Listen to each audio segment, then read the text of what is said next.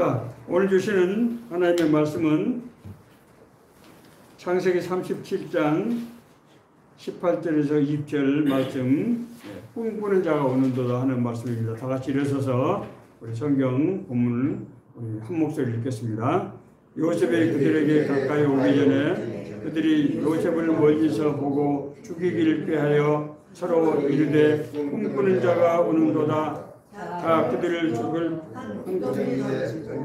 우리가 말하기를 악한 짐승이 그를 잡아먹었다 하자. 그의 꿈이 어떻게 되는지 우리가 볼 것이라 하는지라. 아멘. 앉아주십시오. 제가 고등학교 2학년 때 얘기인데요. 영어 선생님이 이제 영어 시간에 첫 시간에 들어오시는데 몸이 아주 굉장히 아주 건장하신 그런 목소리가 아주 굵으신 바리톤 그런 목소리를 가지신 분이었어요. 그런데 처음 들어오자마자 칠판에다가 무슨 영어로 이렇게 노래 가사를 쓰는 거예요. 그 이제 Row Your Boat라는 미국 뭐죠? 민요는 아니고 아무튼 일반적으로 많은 사람들이 부르는 그런 Row, row, row your boat gently down the stream. 여러분도 되게 많이 아실 거예요. Mary, Mary, Mary, Mary, life is not a dream. 2절은 Row, row, row your boat gently down the stream. Mary, Mary, Mary, Mary, life is but a dream. 이 노래는 혼성 이중창으로 하도록 되어 있는데, 그래서 가사가 마지막 절이 다릅니다. 인생은 꿈이 아니다. Life is not a dream이 남성 파트가 아니고, 여성 파트는 Life is but a dream. 인생은 꿈 그 자체다. 얼마나 재밌습니까? 그래서 이제 남성들은 인생은 꿈이 아니고 현실이다 이렇게 보는 거고, 여성들은 인생은 아름다운 꿈이다 이렇게 이제 노래를 부르도록 되어 있습니다. 그 선생님 지금도 그 노래를 그 바리톤 목소리로 부르시는데 교실이 아주 찌렁찌렁할 정도로 그렇게 부르시는 거예요. 그 선생님 성함은 제가 잊었는데 그 부르신 노래를 부르시던 그 모습이, 그 당당하던 모습이 눈에 선합니다. 아마 지금 하나님 나라에 가서 행복하게 사실 거예요. 제 어렸을 때 별명이 꿈쟁이였다고 제가 말씀드렸습니다. 꿈쟁이는 저를 좋아하는 친구들이 붙인 별명이고요.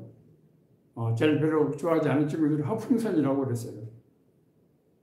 지금 생각해 보니까 아마 제가 그 당시에 좀 어려웠던 현실 속에서 늘 꿈을 꾸고 살았던 것 같습니다. 꿈에는 두 가지 종류의 꿈이 있죠. 하나는 우리가 잠을 잘 때 꿈, 환상, 보는 환상. 그리고 또 다른 꿈은 뭡니까? 우리가 어떤 강한 이끌림을 받아서 그것을 정말 추구하는 그런 지향성의 꿈이죠. 둘 다 단어가 같습니다. 영어로 dream, 그리고 우리말도 꿈 이렇게 얘기하고. 왜 그럴까 제가 생각을 해봤는데, 이 두 꿈이 서로 연결되어 있는, 본질을 갖고 나타나는 현상만 다르다, 이런 관점에서 본 것 같아요. 성경은 하나님께서 택한 자들에게 꿈을 통해서 이끄시고 또 역사하신다는 얘기로 가득 차 있어요. 성경은 정말 꿈에 관한 그런 얘기입니다. 그 대표적인 꿈 얘기가 우리가 잘 아는 요셉의 꿈 얘기라고 저는 생각해요. 우리 어렸을 때, 젊었을 때 교회 다닐 때 그 꿈 얘기, 요셉의 꿈 얘기를 얼마나 감동적으로, 가장 우리에게 도전 주는 것이 뭡니까? 총리가 됐다는 거 아닙니까? 저하고 같이 직장 선교 활동을 하시던 분은 지금 이제 소천했습니다만은, 그분은 청와대에서 근무했는데 청와대 요셉 그렇게 자기 별명을 짓고 자기 자신을 그렇게 닮아가도록 노력하는 그런 분도 있었습니다. 아주 굉장히 열정적으로 살았던 분이에요. 요셉은 야곱이 사랑했던 라헬, 그렇죠? 라헬이 낳은 첫 번째 낳은 아들입니다. 더구나 그 라헬이 두 번째 베냐민을 낳고 이 낳던 도중에 이제 사망을 하게 됐어요. 그랬을 때 그 야곱이 라헬에 대한 그 연모의 정이 얼마나 참 대단했겠습니까?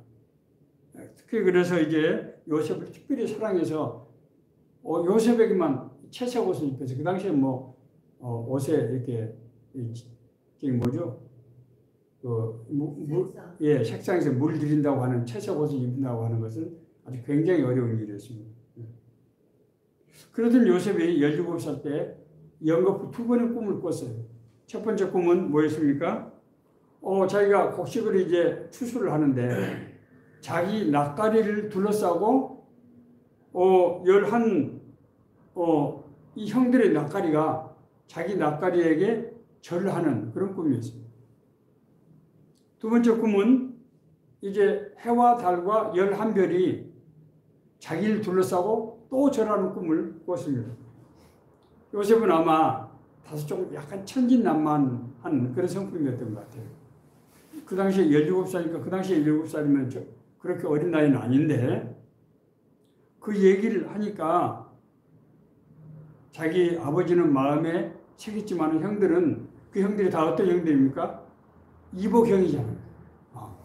그래서 형들이 시기를 불러일으키는 그런 꿈이었던 것입니다. 이제 형들은 그래서 한번 두고 보자. 그런 앙심을 품고 앙심까지는 뭐 어떨지 모르지만 아무튼 그런 마음을 품고 있었던 것 같습니다. 한 번은 이제 형들이 세겜 땅에서 이 양을 치고 있는데 아버지 야곱이 요셉을 불러서 형들에게 이제 보낼 음식을 보내면서 가서 형들이 잘 있는지 양떼들이 다 무사한지 돌아보고 와서 나한테 얘기를 해달라. 그렇게 심부름을 시켰습니다. 요셉은 몇 날 동안 걸어서 이제 형들이 있는 세겜 땅에 가게 되었습니다. 멀리서 요셉이 걸어올 때 형들이 보고 꿈꾸는 자가 오는도다. 오늘 본문 말씀이죠. 우리가 그를 죽여서 구덩이에 던지고 악한 짐승이 그를 먹었다고 하자. 그의 꿈이 어떻게 되는지를 우리가 볼 것이니라. 참 무서운 얘기 아닙니까? 그래서 요셉을 물이 없는 깊은 구덩이에 왜냐하면 양떼를 먹이려고 그러면 곳곳에 우물이 있어야 되기 때문에 이 목동들이 이제 우물 파는데 아마 메마른 그런 우물이 있었던 것 같습니다. 그곳에 이제 요셉을 던져 넣었단 말이에요. 이제 그대로 놔두고 가면은 사람이 사망하는 거죠. 그런데 그 요셉의 이 형들 중에서 유다가 아니 우리가 그래도 한 피인데 저 동생을 죽일 필요까지 꼭 우리 손으로 꼭 죽일 필요가 어디 있겠느냐. 차라리 쟤를 애굽의 노상들에게 팔자. 그러면 우리가 돈도 생기고 좋지 않느냐. 그렇게 해서 이제 다른 형제들을 설득해서 유다가 요셉을 살리기 위해서 그런 거죠. 예. 그래서 이제 이 애굽의 노예상에게 팔았는데 사실은 그 노예상들이 누군가 하면은 에서의 후예들입니다. 참 기가 막힌 운명이죠. 예. 그래서 이제 이 애굽에 팔려간 요셉이 처음에 갔던 곳이 보디발 장군이라고. 보디발 장군은 당시 황제의 경호실장 겸 수도방위 사령관이었어요. 그러니까 생각해보세요. 그 당시에 왕의 경호실장이니까 실세적인 실세 아니겠어요? 뿐만 아니라 그 사람이 그래서 이 애굽의 수도, 그 당시에도 카이로였죠. 카이로 인근지, 지금하고 조금 위치가 다릅니다만은 거기 전체를 방해하는 수도방위 사령부 사는 거예요. 그러니까 그 사람 집이 어마어마한 집 아니겠습니까? 그 집에 이제 노예로 팔려간 것입니다. 그렇지만은 요셉은 그 집에 노예 신분으로 팔려갔지만은 그곳에서 정말 성실과 정말 현명함으로 일을 해서 이제 세월이 지나면서 이 보디발 장군에게 인정을 받아서 그 집을 관리하는 집사장의 이제 일을 맡게 됩니다. 그런데 그런 요셉에게 연정을 품었던 보디발 장군 아내가 자기 요구대로 자기 뜻대로 안 해주니까 이제 요셉을 성추행범으로 모함해서 이제 왕의 감옥에 갇히게 됩니다. 왕의 감옥은 이 보디발 장군이 이 왕의 경호 대장이기 때문에 자기가 국사범들을 직접 관리를 했어요. 그래서 자기 집 안에 커다란 이 감옥이 있는 겁니다. 거기에 이제 갇히게 된 거죠. 요셉은 마찬가지로 감옥에서도 정말 성실과 현명함으로 죄수들을 잘 관리해서 그곳에서도 간수장의 직분을 맡게 됩니다. 특히 감옥에서는 요셉이 전직 고관들 꿈을 해몽해 줬어요. 요셉에게 그런 은사가 있었던 것 같습니다. 그래서 이제 그것이 나중에 알려지면서 당시에 바로 왕이 아주 어려운 큰 아주 꿈을 꿨는데 그 꿈을 해몽해 줘서 이제 나중에 그것 때문에 요셉이 총리가 되게 되는 그런 계기가 된 거죠. 요셉은 총리가 돼서 자기의 이를 주기로 했던 형들을 용서함으로써 그 모든 아버지 자식들을 예굽으로 데리고 와서 거기서 430년 동안 이제 살게 함으로 그 대기근을 넘겼을 뿐만 아니라 이스라엘 민족이 큰 이제 인구를 집단을 이루어서 나중에 가나안 땅에 정복할 수 있는 사실 그 결정적인 힘이 그곳에서 이제 형성됐던 것입니다.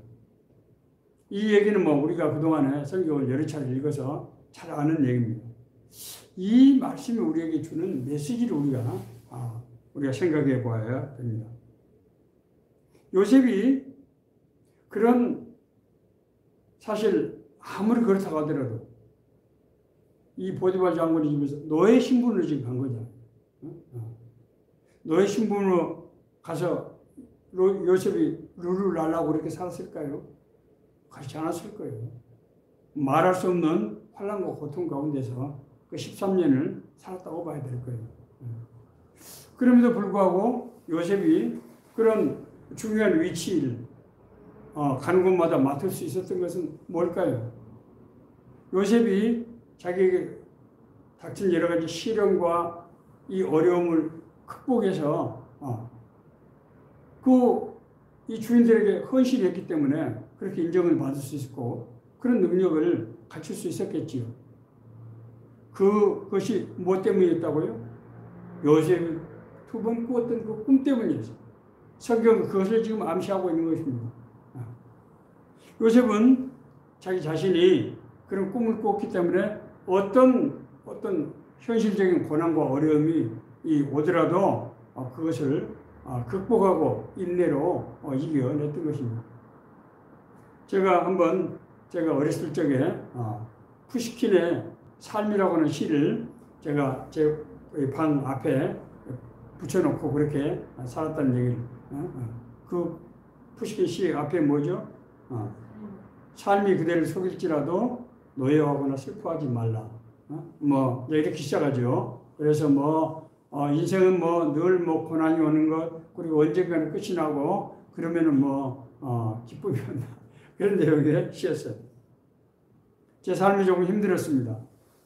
제가 그 시를 늘 보면서 저에게 다가오는 여러 가지 고난과 어려움들, 그런 시험들을 제가 극복했는데, 제가 항상 여러분들에게 드린 말씀, 너희들이 생각하는 나는 진짜 내가 아니야. 나는 언젠가 나라를 위해서 큰일 하고 말 거야. 그런 생각을 늘 내 자신에게 이렇게 하고 그렇게 살아왔습니다. 아마 요셉이 그런 인물이 아니었던가 생각이 됩니다. 그런 고난을 겪을 수 있었던 근원적인 힘이 두 번 자기가 꿨던 꿈이었다고 하는 것입니다. 자, 우리가 그 꿈의 과정을 한번 볼 필요가 있습니다. 앞서 말씀드린 대로 요셉이 첫 번째 갔던 보디발 장군의 집은 비록 신분은 놓여있지만은 인원만 이 성경 주석서에 의하면은 그 중에 그 집에 하인만 3,000명이었고 연간 재정이 오늘날로 돈으로 환산하면 수십조 규모였다. 그렇게 학자들은 해석하고 있어요. 그러니까 그 집에서 요셉이 집사장이 됐다고 하는 것은 사실 말이 놓이지 그는 거대한 기업의 CEO가 되고 회장이 된 거예요. 그 단계까지 올라갈 때까지 그 보디발 장군의 히브리 노예가 애굽에 사람이 없겠습니까? 그런데 히브리 노예가 그런 집사장이 될 정도로 얼마나 보디발 장군의 신임 그리고 요셉이 현명하고 성실했으면 그런 인정을 받겠습니까? 그러니까 쉽게 말해서 보디발 장군이 지금 오른팔이잖아요. 지금. 거기에 올라갈 때까지 수도 없이 많은 시기와 질투, 암투가 있었을 것이고 그 크고 그 많은 집단의 사람들을 제대로 관리하고 재물 제대로 할 때 정말 정직하고 투명하고 깨끗하고 정말 합리적이고 그렇게 살기 위해서 얼마나 많은 피나는 정말 노력이 있었겠습니까? 제가 현직에서 근무할 때 저를 도와서 일하던 간부들이 있었어요. 저는 정말 지금도 그분들을 좀 이제 가끔 이렇게 뭐 한 2달에 한 번, 3달에 한 번씩 만나서 식사를 하고 있어요. 제가 늘 정말 그분들한테 감사해요. 두 분이 핵심적으로 나를 도와주는데 얼마나 성실한 거의 아주 자기 맡은 일 아주 완전히 완벽하게 일 처리하고 한 번은 제가 상당히 큰 이제 프로젝트를 이제 KTV에다 맡겼는데 그 가져온 이 영상이 아주 굉장히 중요한 영상이었는데 그게 조금 이분들이 해석을 좀 잘못해가지고 좀 문제가 좀 생긴 거예요.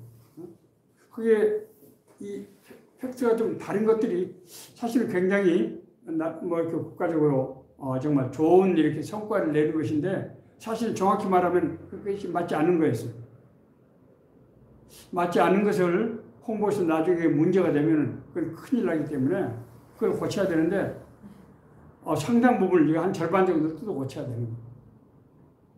어떻게 보면은 뭐 그렇게 해석을 할 수도 있겠다 이런 어려움이 겪었었는데 그 일을 맡았던 이제 우리 간부가 그 사람들을 정말 설득을 하고 정말 한 2달 가까이 노력을 해가지고 그것을 제대로 고쳤어요. 그런 것 때문에 그 아주 영상이 굉장히 중요한 이게 아주 귀빈에게 보고하는 그런 영상이었는데 그런 고비들을 넘기고 이렇게 했습니다. 그분들 생각할 때마다 정말 요셉이 이렇게 일을 했겠구나 그런 생각이 듭니다. 요셉은 자기가 그런 노예 신분이었음에도 불구하고 그렇게 헌신적으로 할 수 있었던 것은 뭐 때문이었을까요? 꿈 때문이었어요. 하나님께서 나와 함께 하신다. 하나님께서 나를 언젠가 나에게 이런 특별한 일을 맡길 것이라고 하는 그런 믿음이 있었다는 것이죠. 꿈이 없는 인생은 타락합니다. 잠언서 29장 18절은 이렇게 말씀하고 있어요. 묵시는 계시입니다. 묵시가 없으면 백성이 방자에 행하거니와 율법을 지키는 자는 복이 있느니라. 꿈이 없는 사람은 미래에 대한 기대가 없기 때문에 눈앞에 현실에 집착하게 됩니다. 꿈이 없는 사람은 자기 중심, 여기서 꿈이라고 하는 것은 물론 자기 꿈도 하고 나면 되게 개인 명분이 있는 그런 꿈이죠. 꿈이 없는 사람은 그래서 자기 중심적이고 이기적인 성향을 되게 갖게 돼요. 꿈이 없는 사람들은 미래에 대한 기대가 없기 때문에 무기력하고 무감동하고 그래서 결국 무능에 빠지게 됩니다. 무엇보다도 꿈이 없는 사람들은 고난을 견딜 수가 없어요. 요셉이 그런 많은 시험과 고난을 극복할 수 있었던 것은 다윗도 마찬가지입니다. 다윗이 얼마나 많은 정말 죽음의 고비 속에서 그것을 견뎌냈습니까? 그랬던 것은 그 마음속에 꿈이 있었기 때문이에요. 저도 부끄럽지만은 조금 힘든 그런 환경을 살면서 저를 그래도 지탱했던 것은 그런 꿈이었어요. 하나님은 택한 사람을 부르실 때 꿈을 통해서 부르세요. 하나님은 반드시 꿈을 통해서 부르십니다. 너희 안에서 행하시는 일은 하나님이시니 자기의 기쁘신 뜻을 위하여 너희로 소원을 두고 행하게 하시나니 자기의 기쁘신 뜻, 우리를 향하신 뜻을 우리 마음속에 이끌림으로, 강한 이끌림으로 꿈을 통해서 부르신다는 거예요. 그것은 우리가 구원의 4단계를 보면은 확실하게 알 수 있습니다. 하나님이 미리 아신 자들, 우리 미리 아신 자들, 아들의 형생을 본받게 하기 위해서 미리 정하셨으니 하나님은 우리를 알고 우리를 미리 정하신 거예요. 또 미리 정하신 그들을 부르시고 부르신 그들을 어렵다 하시고 어렵다 하신 그들을 영화롭게 하셨느니라. 미리 아시고 미리 정하시고 미리 부르셨다고 하는 것은 무엇이 있다는 얘기입니까? 하나님의 뜻과 계획이 있다는 얘기죠. 하나님의 꿈이 있다는 거예요. 그 하나님의 꿈이 우리 꿈이 되게 하시는 방식을 통해서 하나님은 자기의 일을 이루어 가신다는 거예요. 기독교는 꿈의 종교입니다. 예수님이 오셔서 첫 번째 이 선포하신 말씀이 뭡니까? 회개하라. 하나님의 나라가 가까이 왔느니라. 지금 우리는 너무 많이 들어서 그러려니 하는데 생각해 보세요. 그 당시에 하나님의 나라가 이 땅에 임한다고? 그 당시에 도저히 상상도 할 수 없는 그런 얘기를 지금 말씀하시는 것입니다. 하나님의 영이 하나님의 특별한 임하신 선지자들, 이를테면 엘리야라든지 엘리사라든지 사무엘이라든지 이런 역사적인 인물들 외에 우리에게 임한다고? 하나님의 영이 임한다고 하는 그런 꿈을 누구를 통해서? 자기 자신의 대속 사건을 통해서.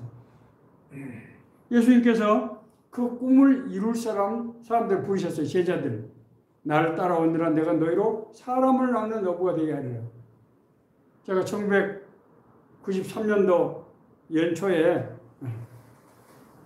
이 교회에서 김선동 목사님 설교를 듣는데 목사님께서 이 설교를 하시는데 그 마음속에 제 가슴이 팍 와서 닿았어요. 아주 굉장한 어떤 충격, 어떤 감동이었어요.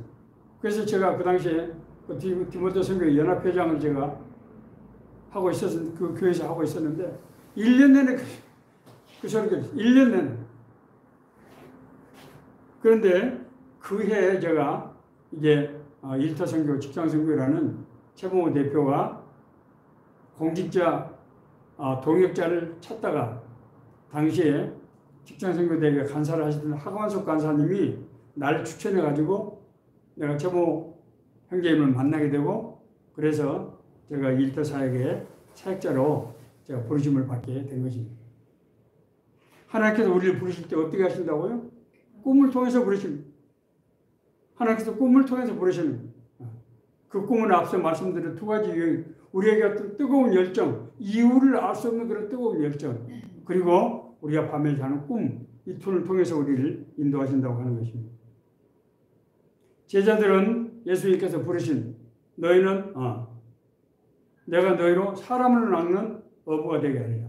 고기를 잡는 어부들이 사람을 낳는 그 꿈을 가지고 자기들이 일생을 이제 예수 그리스도의 꿈에 헌신하는 삶을 살았던 것이죠. 두 번째, 꿈을 위해서 준비를 해야 합니다. 꿈을 꾸는 사람에게 있어서 가장 중요한 것은 뭔가 하면은 자기 자신이 누구인지를 인식하는 거예요. 요셉은 자기 자신이 누구인지를 확실하게 인식하고 있었어요. 그래서 자기를 죽이려고 했던 자기 형들을 불러 모아놓고 그렇게 얘기합니다. 형들은 나를 내가 형들을 보복할까 봐서 두려워하지만은 안심하세요. 날 이곳에 보내는 것은 형들이 아니고 하나님입니다. 라고 얘기를 했어요. 사실 이 요셉은 이 믿음을 노예 신분일 때부터 가지고 있었던 겁니다. 그렇기 때문에 그런 역경을 극복할 수 있었던 것이죠. 저도 사실은 좀 힘들고 어려운 그런 청소년 과정을 거쳐왔습니다만은 그럼에도 불구하고 좌절하지 않고 내 길을 갈 수 있었던 것은 바로 그 꿈 때문이었어요. 제가 어렸을 때 한 7번을 꿈을 꿨는데 그 꿈은 커다란 불덩이가 우리 집 위에서 굴러서 나에게 오는 그런 꿈을 꿨어요. 그 꿈이 너무 같은 꿈을 여러 번 반복했어요. 그래서 큰 불덩이가 굴러와서 제가 이 논두렁, 이 바닥에 바짝 엎져가지고 그 불덩이가 내 위로 커다란 불덩이였어요. 나는 너희들이 생각하는 내가 아니야. 나는 언젠가 이 나라를 위해서 내가 큰일을 하고 말 거야. 하는 생각을 해왔습니다. 그 꿈 때문이었어요. 자, 두 번째로 이제 우리는 요셉이 총리가 됐다는 것 때문에 정말 요셉이 하나님의 은혜로 아무런 어려움도 없이 룰루랄라하고 그리고 총리가 돼서 하나님의 인도하심 가운데서 그 일을 잘 감당하게 됐다 이렇게 생각합니다. 그래서 많은 어린이들, 교회학교 어린이들의 꿈이 요셉과 같은 총리가 되는 거예요. 자, 그러나 우리 앞서 말씀드린 대로 요셉의 과정은 그렇게 쉬운 과정이 아니었다는 거예요. 생각해 보세요. 그 보디발 장군의 그 어마어마한 집에서 하인 3,000명과 그 많은 예산을 혼자 집행할 때 얼마나 많은, 여러분 이제 고위직에 있으면은 가장 중요한 것이 인사입니다. 인사를 하는데 얼마나 많은 청탁과 압력과 그런 것이 있겠어요. 그렇지 않아요? 저는 그래서 그런 것을 피하기 위해서 모든 것을 다 공개했어요.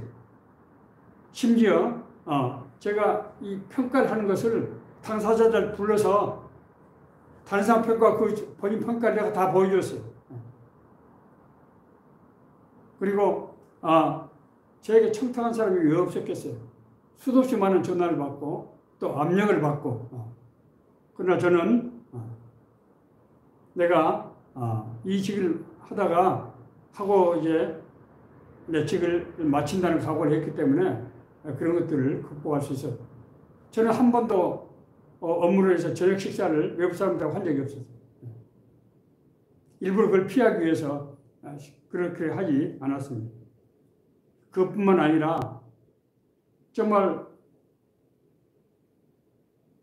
나라의 정말 운명과 관련된 아주 중요한 결정들, 선택들을 해야 되는 경우를 여러 번 겪게 됩니다. 그럴 때마다 정말 비명 같은 기도가 나오고 정말 밤잠을 자지 못하고 하나님께 매달리고 그런 적이 한두 번이 아닙니다. 그런 고난을 통해서 이제 사물을 보게 되는 눈을 기르게 되고 경험을 통해서 하게 되고 하면서 사람이 성장하고 발전해 가는 거죠. 요셉이 이제 총리 됐던 결정적인 이유는 요셉이 바로의 꿈을 해몽해 줬기 때문이 아닙니다. 이걸 우리가 잘 인식해야 돼요. 성경에 이렇게 나와 있지는 않지만은 이제 요셉이 바로의 꿈을 해몽해 줬지 않습니까? 7번 일곱 배 풍년이 연속해서 들고 그 다음에 7년 동안 이 대기근 흉년이 오는 그런 꿈이었어요. 그런 꿈을 얘기를 이제 해몽을 했을 때 바로가 물어봤어요. 그러면 이걸 어떻게 이걸 감당할 수 있겠느냐? 그때 요셉이 바로에게 제안한 정책이 있습니다. 그건 뭔가 하면은 이제 5분의 1의 세금을 걷어서 그리고 대풍년이 올 때 세금을 5분의 1, 20%를 걷으라는 거예요. 그 20%는 지금도 국제기구 관례가 되어 있습니다. 그러니까 요셉이 했던 그 20% 국세가 지금도 되게 선진국에서 이제 이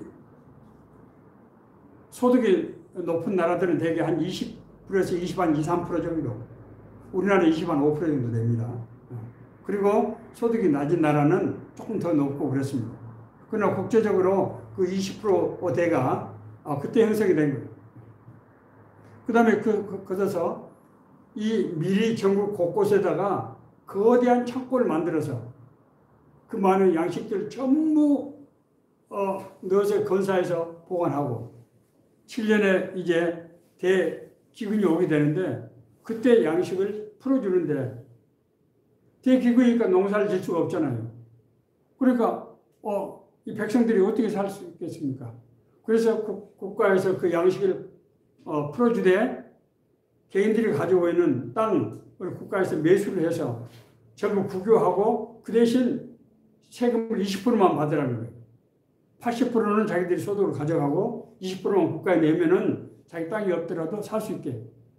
그래서 사실은 이 바로가 그 7년의 대기근이 그 기회가 국가의 재정을 완전히 탄탄히 하고 이제 국가의 이 여러 가지 이 기능을 활성화시킬 수 있는 재정을 확보할 수 있는 그런 놀라운 묘책을 제시를 한 겁니다. 그래서 바로가 요셉을 총리로 쓴 거예요. 요셉이 만약에 꿈만 해몽했다고 그러면 점성술사가 맞섰을 거예요. 요셉이 총리가 됐기 때문에 자기가 모든 지역을 관장을 하니까 이 고센 땅을 내가지고 자기 아버지의 자식들, 12자식들을 데리고 올 수 있었고 그곳에서 430년 동안이나 살면서 인구가 불어나도 별 문제가 없었던 거예요.